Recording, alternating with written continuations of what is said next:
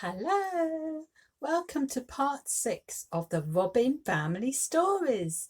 Today I have 2 more stories for you, and we are going to have an exciting time together hearing about all their adventures. So I hope you're sitting comfortably. Shall we begin? Yes, let's get started. The first story is called Time to Go Home, because it's the end of another wonderful holiday at Sandhopper Bay. In their cosy bedrooms at the old boathouse, the 4 little robins woke up and realised to their dismay that it was the very last day of their holiday. It was time to return to the woodlands. It does seem a shame that we can't stay down here just a little longer, said Rowley as he and Richard pattered into their sister's bedroom. I would like to stay here for ever and ever, squeaked Rowena. But if you did, wouldn't you miss all our friends in the woodlands? Said Rosemary. They would certainly miss you. Even if we are going home today, added Richard, not liking to see his baby sister looking so sad, we will still have time to go and say goodbye until next year to the sea. We can have a little paddle too. Can I collect some more seashells? Asked Rowena hopefully. Of course you can, replied her brother and cousins. They knew how much the baby robin enjoyed picking up the pretty little shells that the sea scattered on the sand. Rowena began to look quite happy again. I have some seashells here too. Would you like to see mine that I found on the beach near us? There's a little one. I wonder what used to live inside there. And another little one, a little bit broken. Maybe someone trod on it on the beach. I wonder what sea creatures lived in these. What do you think? They are to be found on the beach where I live. This is an even smaller one, a very tiny little animal. That would have been his house that he carried around with him.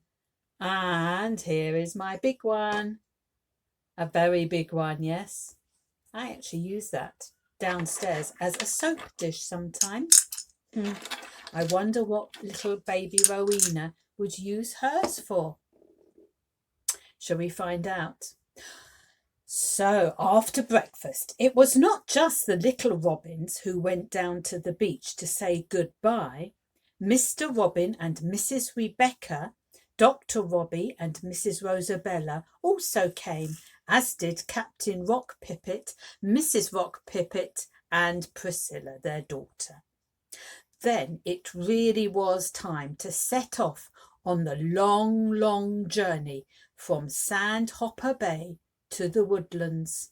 But we'll see you next year, called the Rock Pippets as they stood at the door of the old boathouse and waved goodbye to their robin friends.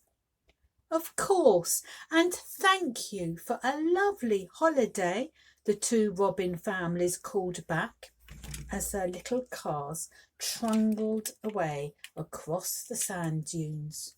Boom, boom, boom, boom, boom. It was a long journey home, and everyone was very tired by the time they reached the cool green of the woodlands.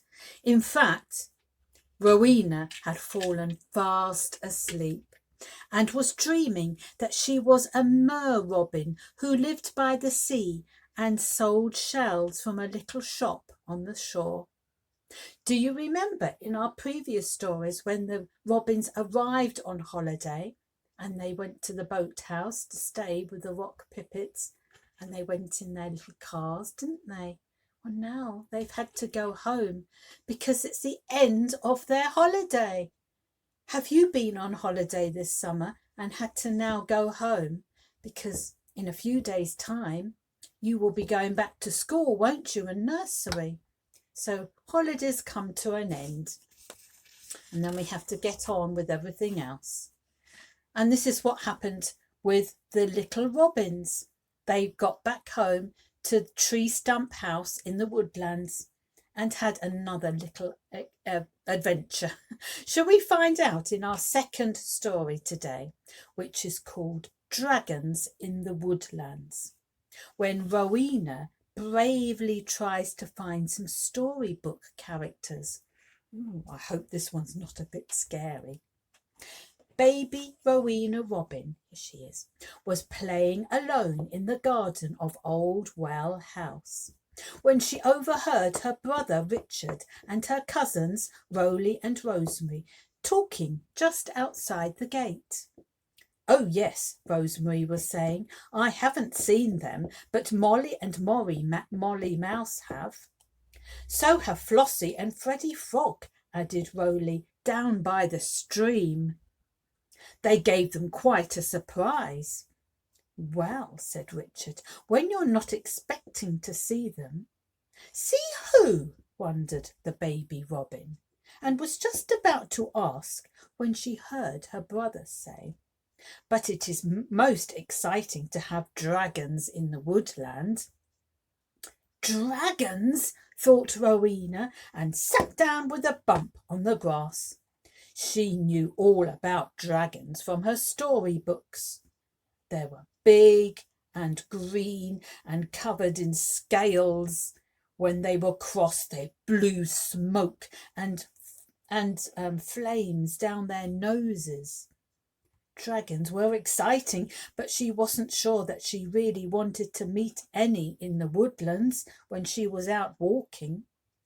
"I wonder if there are any in the garden," she thought. "Perhaps I ought to have a look, just in case." So she picked herself up and trotted round the garden, looking in what she thought were the most likely places for dragons to hide. But although she found 3 grasshoppers, a big spider,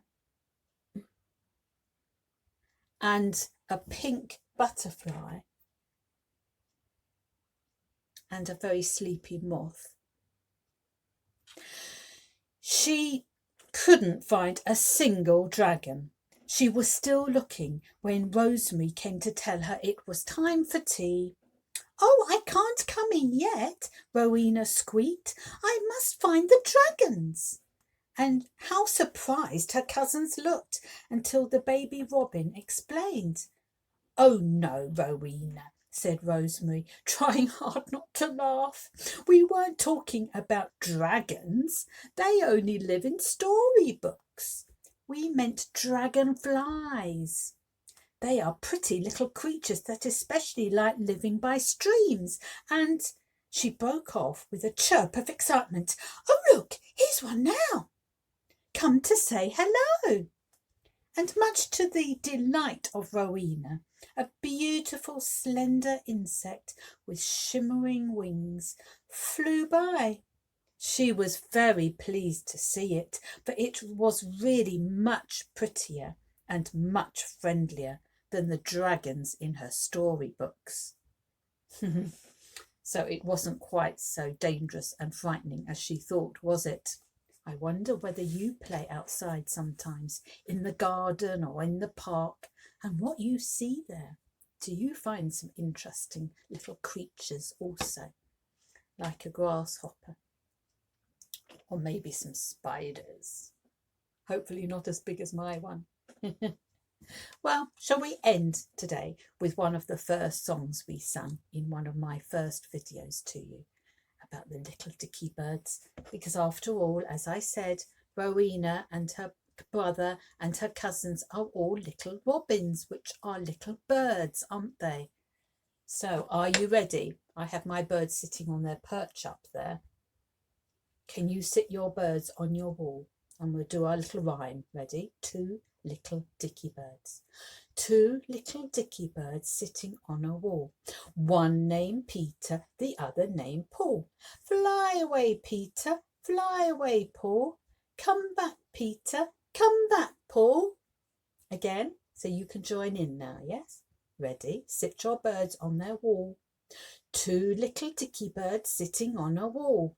One named Peter, the other named Paul. Fly away, Peter. Fly away, Paul. Come back, Peter. Come back, Paul.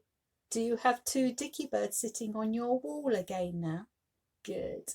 Well, thank you for listening to my stories today, and I will look forward to seeing you next time in part 6 of the Robin family stories. So it's goodbye now from Nannie. Goodbye.